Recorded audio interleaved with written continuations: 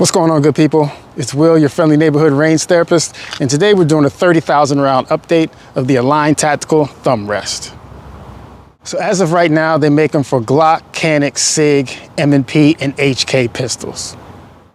So what are the pros of adding a thumb rest to your pistol? One, it's going to create an exact contact point for your support hand thumb. Two, you'll be able to use that thumb to help mitigate recoil and return the gun sooner to make sure that your gun is tracking predictably. And the last pro I'm going to say is the customer service. As you know, I'm really hard on my pistols. I broke a Glock slide lock as well as another one of the springs inside for the safety plunger. And I also broke one of these. So when I first got it, I'm running the shit out of it and it snapped. I contacted them. They were really good about it. They had me send them some pictures. I sent them the pictures.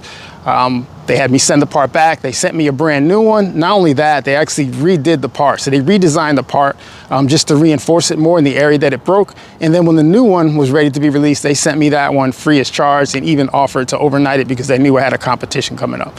So the customer service, top notch. Everything will break no matter whose product you get. You're always going to break something eventually. But I love the fact that they stood behind their product, sent me another one, actually redesigned it, and then sent me one of those as well. And what are the cons? So the con number one would be the learning curve. So once you get it, you're going to want to really crank down hard on it. What that's probably going to do, what it did for me and a lot of other people, is cause low shots because you're actively pushing down on the gun when you don't really need to. Instead, what you want to do is just create a leverage point. So you're putting isometric pressure against it and just not allowing it to lift more than actively pushing it down. When you do that, you'll find that it will help you with your recoil pattern and you won't have those low shots. The second con is holster compatibility.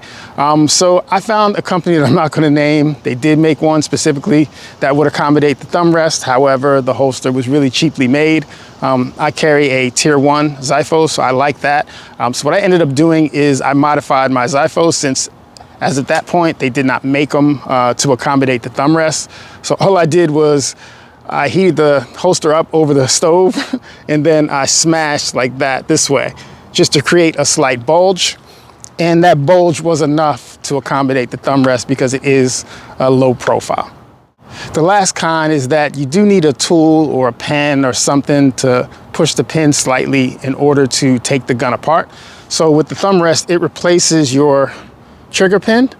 And then in the normal slot where you have your takedowns, that's where part of it goes so that it can't rotate.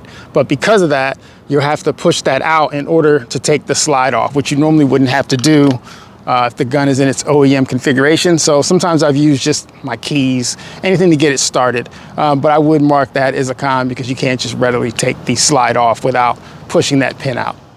So overall, I'm a huge fan. Now I can't see myself shooting a pistol without it. Is it necessary? No. Is it nice to have? In my opinion, yes. It's going to be personal preference, but I definitely prefer to have that extra contact point in my thumb and then the ability just to put a little bit of leverage on the gun. But either way, if you have any questions, let me know. You know what to do.